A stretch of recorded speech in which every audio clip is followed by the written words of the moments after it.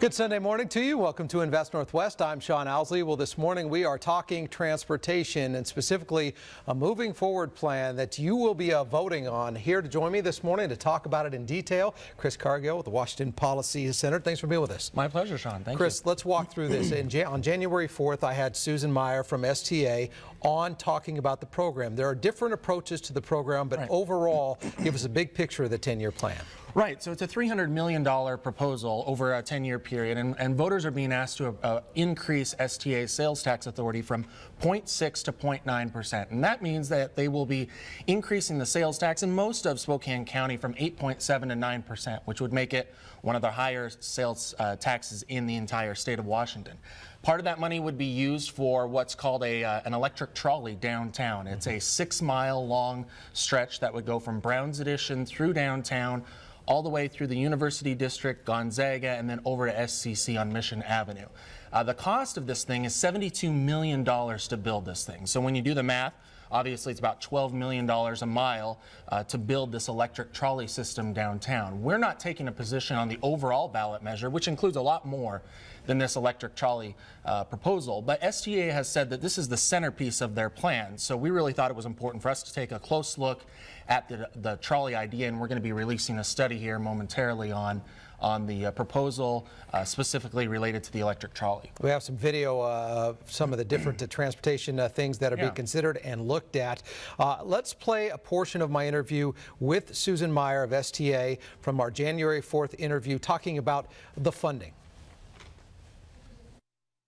We were surprised at how favorable people were about the plan in general. And I don't mean we were surprised because they're really good projects, but the enthusiasm and support for the projects is really widespread. Nobody wants to talk about a tax increase, but we did some surveying and it indicates, although a survey is just one input, that people are supportive of the plan and a way to fund it. How much are we talking? 0.3 cents increase in local sales tax. So that's an additional 3 cents on a $10 purchase. So Chris, your response, basically what she is walking us through there is on the conversations they've had with people face to face, there is tremendous support for their ideas out there right now.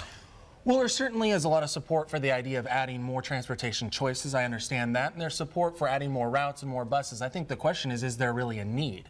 And that's really the important thing we ought to be looking at, whether it comes to the electric trolley situation or anything else that STA is proposing. Look, transit is obligated and is really designed to move people from that point A to point B as efficiently as we possibly can. So really our question that we're asking is this the most efficient way to do it? Is an electric trolley system that would go from Browne's Addition to SCC really the most efficient transportation method? And our research has shown that really it's not. There are other ideas that would be much more efficient that could do all of the same things that STA wants to do with this electric trolley. I think everybody's in agreement, your entity, STA, that things continue to expand. We've seen tremendous growth over the last 2 decades, all the way out to Cheney, the burgeoning transportation to Eastern Washington, the University District, Gonzaga, Washington State University, and Eastern Spokane campus. So things have dramatically shifted as far as where people are going in the city. It's how to streamline that and how to get them there.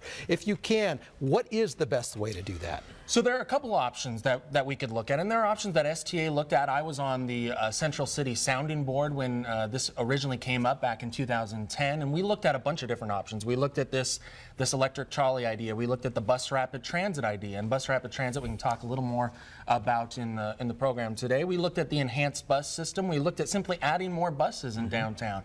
There are many different things that all of those modes would do. The question is which one would move the most people and which one would have the cheapest cost for taxpayers. In other words, taxpayers are going to be the one that are going to have to foot the bill for this thing. And we're not just talking about the $72 million cost to build it. We're also talking about the cost to operate it.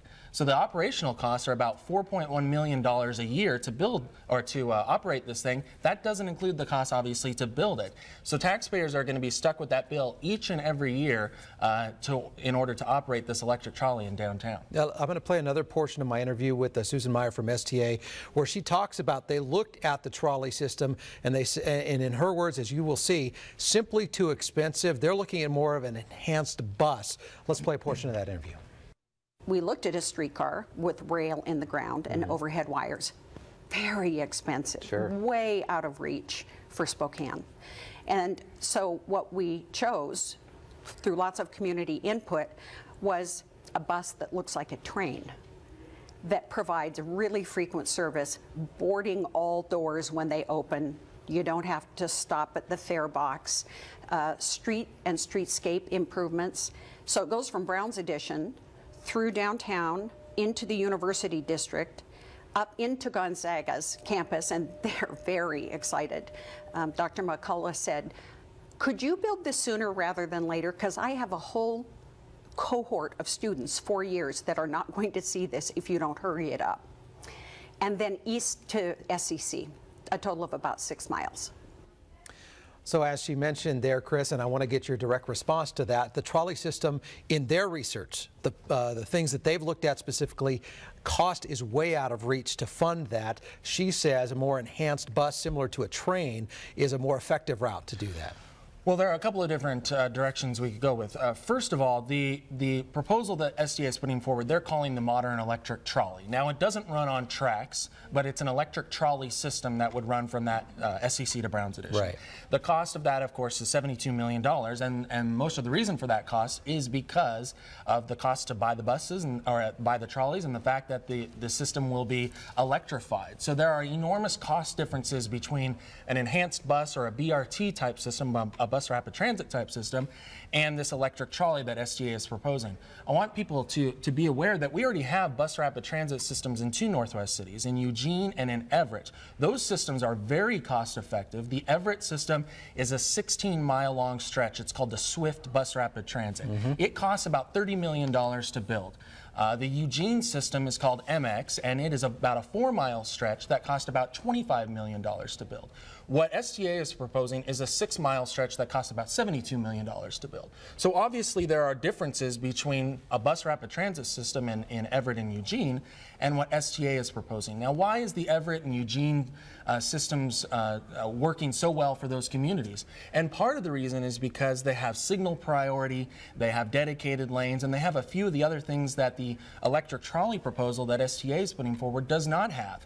And so what I mean by signal priority is that when the bus rapid transit system pulls up to a signal in Everett or Eugene, the signal turns green so that it doesn't have to stop. And that gets obviously the consistency going a little bit faster for travelers who are on those buses, gets them going around the city a little bit quicker.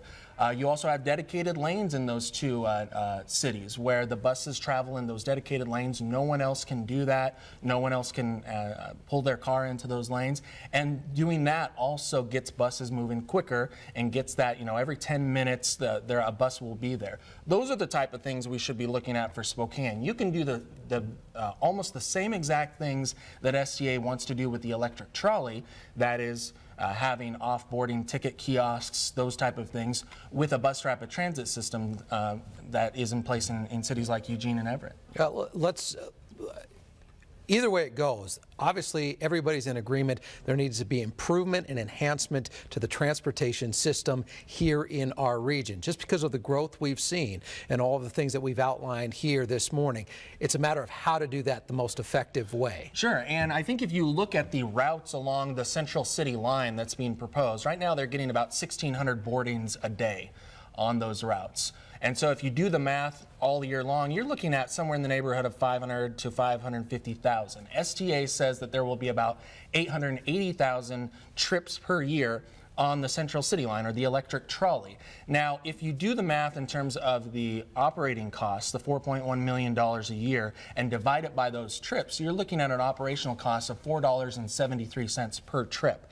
That's a pretty large operational cost. It's 20% more than a typical STA bus. So the question that we've been asking is, are we simply going to be moving people from that point A to point B on a more expensive mode? Could we do it another way? And we really think you could. All right, you're here to educate about the plan. Susan, she was mirroring that. She said she's here to educate on what they think is the best thing to go forward. What are the next couple of key steps to happen?